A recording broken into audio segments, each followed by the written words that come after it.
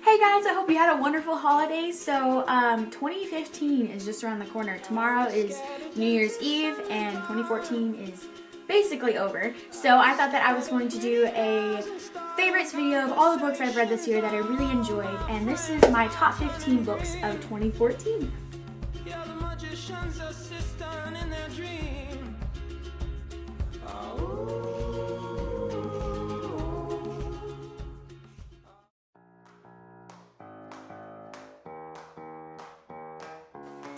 Okay, so we're gonna go down this list in descending order, so that means we're gonna start with number 15. Okay, number 15 on my list is I'll Give You the Sun by Jandy Nelson. I just finished this book about 5 or 6 days ago, and I just loved the writing in this book. Jandy does a good job with incorporating her character's passions, which is art, and making it, I don't know, the story was just, art was such an important thing, and then also the lesson of forgiveness, and you know that family is so important, and that the twins Jude and Noah, they just, you know, they have done really terrible things to each other, but in the end, like friendship and family is the most important thing, and they kind of get to move past tragedy. So I totally recommend this book, I'll Give You the Sun by Jandy Nelson.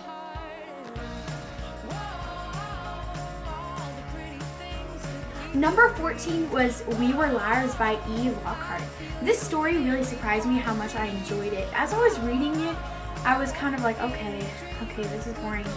She and her friends like aren't really doing anything. They're just like, I don't know, I wasn't moved until I was so shocked by the end. I did not guess it that they were dead and that something tragic happened, and it's like post-traumatic stress for her.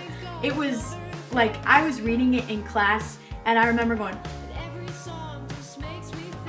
and some of my friends were like, "Are you okay?" And I'm like, I'm just really shocked right now. So huge twist at the end that I was not expecting, and I was really pleased with it, and gave me this really creepy feeling afterwards, but I loved it anyway. So that was We Were Liars by E. Lockhart.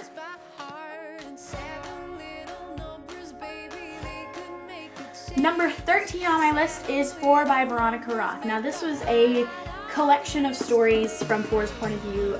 Also, you know, he's in the Divergent series, so this kind of goes hand in hand. And I love when authors do this. They give you another character to read in a different point of view. Like, I don't know about you, but I remember when Stephanie Meyer put out Midnight Sun and she wasn't going to do it, and so then she just put like those 12 chapters on her website. I'm pretty sure I went back and read it like 5 times. So I really like that we got to see some of Triss's beginning and also Tobias's beginning in this story. Even though I did get, you know, we did get to see a little bit of POV from 4 in Allegiant, I really hated Allegiant. And so it was nice to have, you know, a point of view that I didn't despise. Because in Allegiant, I don't know, I just felt like he was boring. I felt the whole book was boring. I mean, I'm sorry to say that, but yeah, so this was really interesting about his mom and his, you know, his choosing ceremony and things such like that. So I really enjoyed this 4 by Veronica Roth.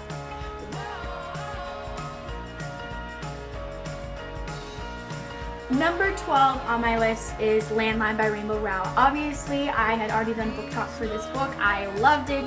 I love Rainbow. She's just one of those, like I said, she's the author that you can always count on giving you a really good contemporary book.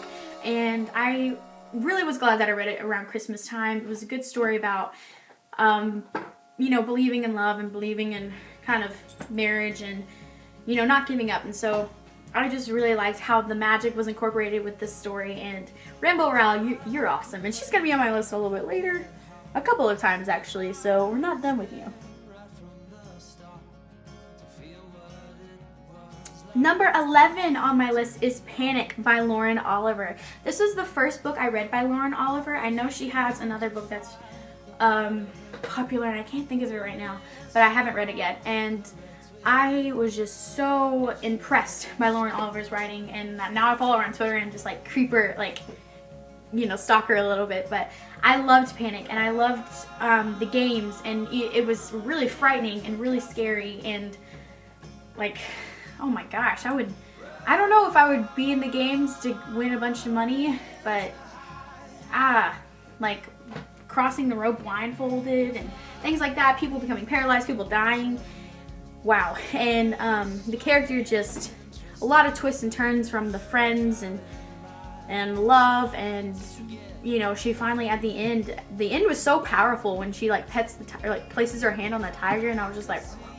So I really enjoyed Panic by Lauren Oliver. If you haven't read it, go out and read it. It's kind of a thriller, kind of like Hunger Games, but like not at all. And that makes sense. There are games and there is a prize at the end, but you know, this is kind of modern day, and this is like something that this town does, and so I really enjoyed Panic by Lauren Oliver. So that's number 11 on my list. Number 10 is Anna and the French Kiss by Stephanie Perkins. Oh my gosh, I don't know what I've been doing with my life if I haven't read a Stephanie Perkins book until this year, but I was just so happy to read it, and like, oh, it was so adorable. It was perfect for me because like I was like, I think I read it around Valentine's Day, and so it was just the perfect thing because, you know, it was either gonna like pig out on ice cream by myself or read this book, and that's what I did. Oh man, it was adorable. I haven't read Lola and the Boy Next Door or Isla and the Happily Ever After, even though I know that Anna and what's his face is gonna be in that, but I just love these books, and I'm super excited to read more from her, and they're just adorable. So Anna and French Kiss was very sweet, and I loved it.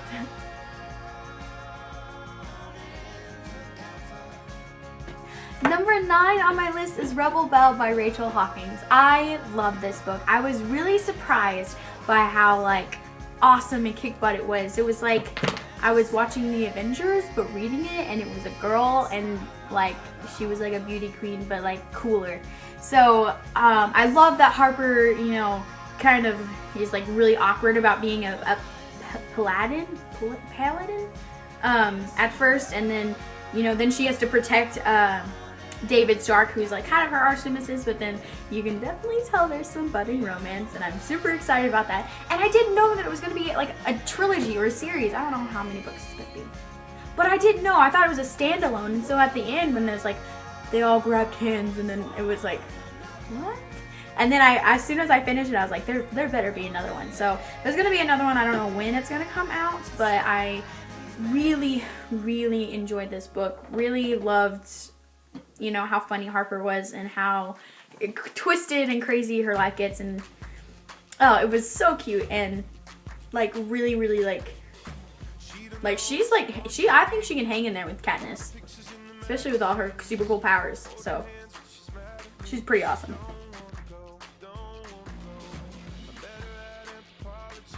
Number 8, I have another book by Rainbow Rowell, and that is Attachments. Now this is the one with the magic email kind of thing happening with the boy, and he's like, he does like the email security kind of guy, and he like is like reading the emails. Well, it's not magic, but he's like reading the emails and like falls in love with this girl, and it's right before 2000 was gonna roll around, so everybody thought the world was gonna end, and it was just, I really enjoyed it.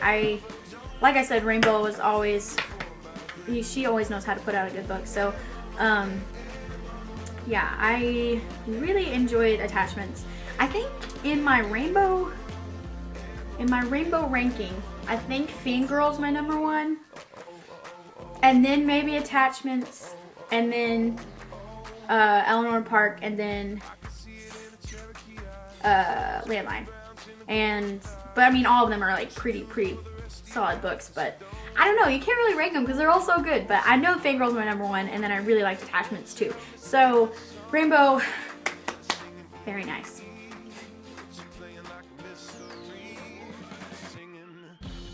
So number 7 on my list was The Night Circus by Erin Morgenstern. I was a little hesitant to read this book. It was a long book, and the story didn't seem super interesting to me, but as soon as I got into it, I really loved the magic and the mystery of the night circus, and I want to go to the night circus. I'm not usually a person that enjoys creepy things, like I don't like going to haunted houses or anything, but I really wanted to go to this night circus, and I didn't necessarily love the storyline of the relationship between the two magicians, but I did love the writing. And the main reason that this book is on my top 15 of 2014 list is because of the writing. It's so poetic and beautiful, and Erin Morgenstern, she just, elevates the story to another level and makes the story interesting and beautiful, and it just keeps me, pushing through some of the